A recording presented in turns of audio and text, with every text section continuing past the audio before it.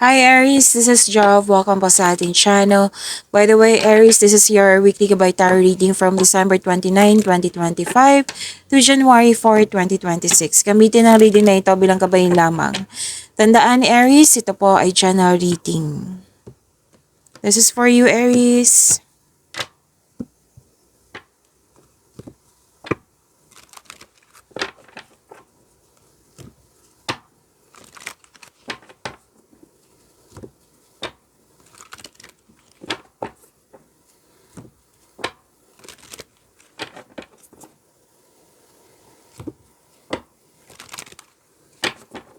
Para po ito sa iyo Aries. Ngayon, December 29, 2025 to January 4, 2026. Angel number. Oh wow. Angel number 111. Destiny. Follow what you feel, listen as your intuition helps to guide you to what you are manifesting. The inner whispers are helping you to create all that it is that you desire. Listen, lean in, and follow your soul. To attract more blessings, let us say the power of affirmation. Let us say, life is always happening for me. I am allowing myself to lean into what feels good. Okay, so this is, may magaganap na naka-destiny sa'yo. Wow! Aries. So panatilihin na makinig sa inyong intuition kasi gina-guide ka nito eh. And please know that you are divinely guided. Okay, so makinig sa inyong intuition kung pwede po, kung gusto niyo po. Angel number 111. Maraming salamat po sa inyong patuloy na suporta, sa mga nag-donate, sa mga hindi nag-skip ng ads, sa mga hindi pa nag-subscribe. Subscribe na po kayo at click bell notification para updated po kayo sa bagong video natin. Para sa mga gusto magpa-reading po, comment po kayo ng personal reading and check my reply sa comment section. Party, special event, public event, reunion, meeting, at may malalaman kayong sikreto, pwedeng self-study din po, may usapin tungkol sa education, teacher, student, school. At may nakita ko ditong may matutuklasan ka nga. Travel, a new journey, bakasyon, pwede.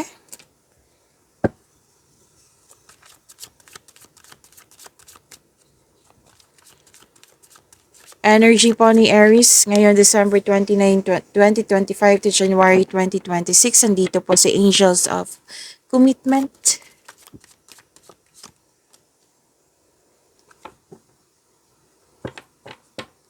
Para sa mga bago dito, kung may napansin kayo na repeating message, yan po yung pinupush ng card sa inyo.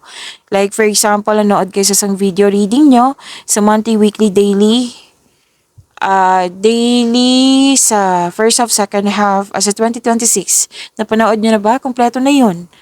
At dito din, at may napansin kayo na repeating message, yan po yung pinupush ng card sa inyo na kailangan yung bigyan ng atensyon, solusyon at aksyon kung maaari po. So, yung energy ni Aries.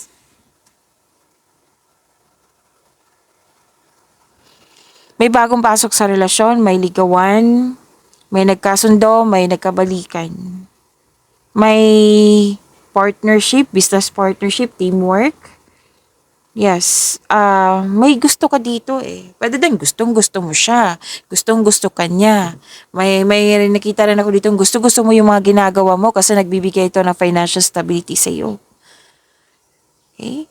And please know, sa mga marelasyon din dito, you're divinely guided. Lahat kayo, divinely guided, which is sinabi naman dito ng inyong angel number 111.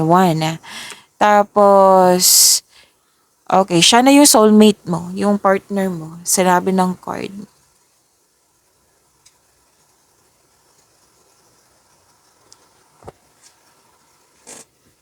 Nagkaroon ng balance, stability. Opo, at okay, may sinabing card dito na kailangan magkaroon ng balancing schedule. Sapat na time for yourself, to your partner, to your family. Kasi nakita ko dito, hindi balance. Like for example, buhos ang oras sa trabaho. Yan. Pwede din, nagdadalawang isip na magkaroon ng decision if you're going to travel, enough bang money mo. Tapos may advice din dito na tamang pag-manage ukol sa financial at budget. para mas lumago pa ito. Okay, to attract more blessings, let us say the power of affirmation. Let us say, kasi dito po si Angels of Commitment. Let us say, I commit without fear to my happiness and well-being. I commit without fear to my happiness and well-being. Kung sa Tagalog pa kasi may nag-request po, nangako ako ng walang takot sa aking kaligayahan at kapakanan.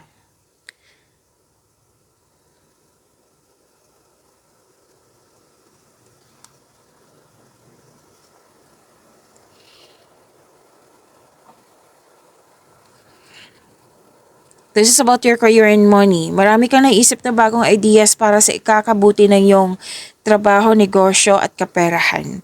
Nakita ko yung inaalagaan mo yung trabaho mo, negosyo mo, yung posisyon mo, yung pera mo. Pwede din na mag-vacation or nag-vacation na kayo.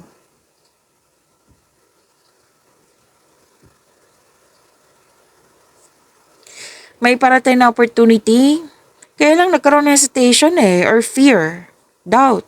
So, kailangan mong pakawalan ito, stop ito, like, move forward. Ipakita mo sa kanila na interesado ka. Oo, success and new doors opening to opportunities talaga ng dahil sa may nangyaring success. So, increase confidence. Oo, kasi itong opportunity or project na binigay sa iyo, kailangan mong galingan na kailangan mo magkaroon ng positive outcome nito. Kung magkakaroon siya ng positive outcome, magkakaroon siya ng recognition. Kung magkakaroon ng recognition, dadagsa po yung opportunities. This is next level na sa prosperity na ito na yung matagal mo nang hinintay. Nangyari na po. Kaya huwag mong palampasin ang pagkakataon na ito. Work hard.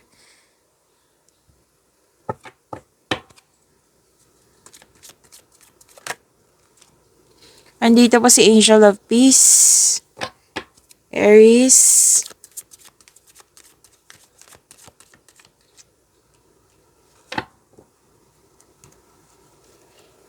By the way, Aries, this is your love life, self-love, partnership, and romance. Tama po, sa susunod na reading, may dalawang video kayo. Nakafocus sa career and money, yung isang video nakafocus sa love life. Kung gusto nyo malaman, then abangan nyo po yung next reading natin, okay? Exclusive yon para kay Aries.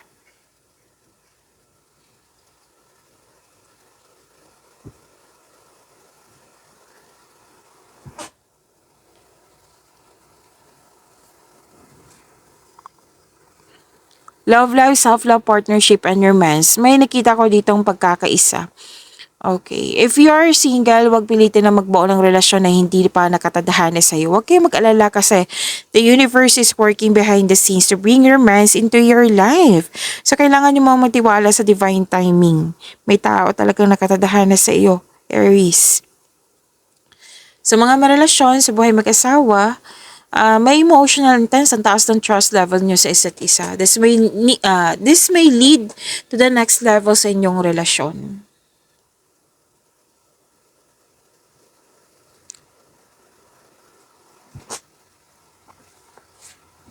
Okay, ano dito?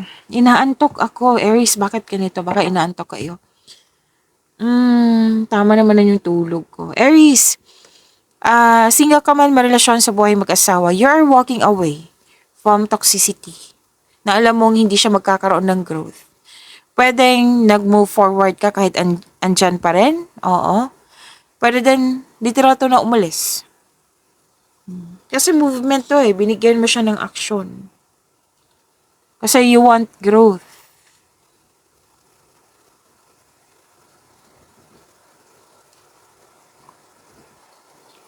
May nakita rin ako dito sa mga relasyon na ipakilala mo na yung partner mo or sa grupo ng tao.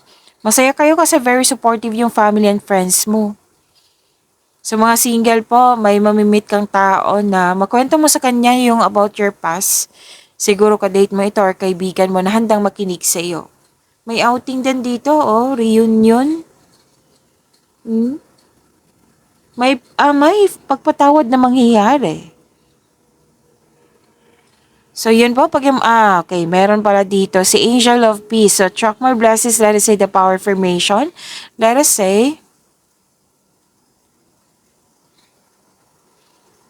okay. I sense my angels' loving guidance around me. I sense my angels' loving guidance around me. Kasi sa Tagalog pa kasi may nag-request po. Nararamdaman ko ang mapagmahal na patnubay ng aking mga anghel sa paligid ko. Pagyamanin niyo po yung blessings na binigay sa inyo. Aries, see you tomorrow. Maraming salamat po.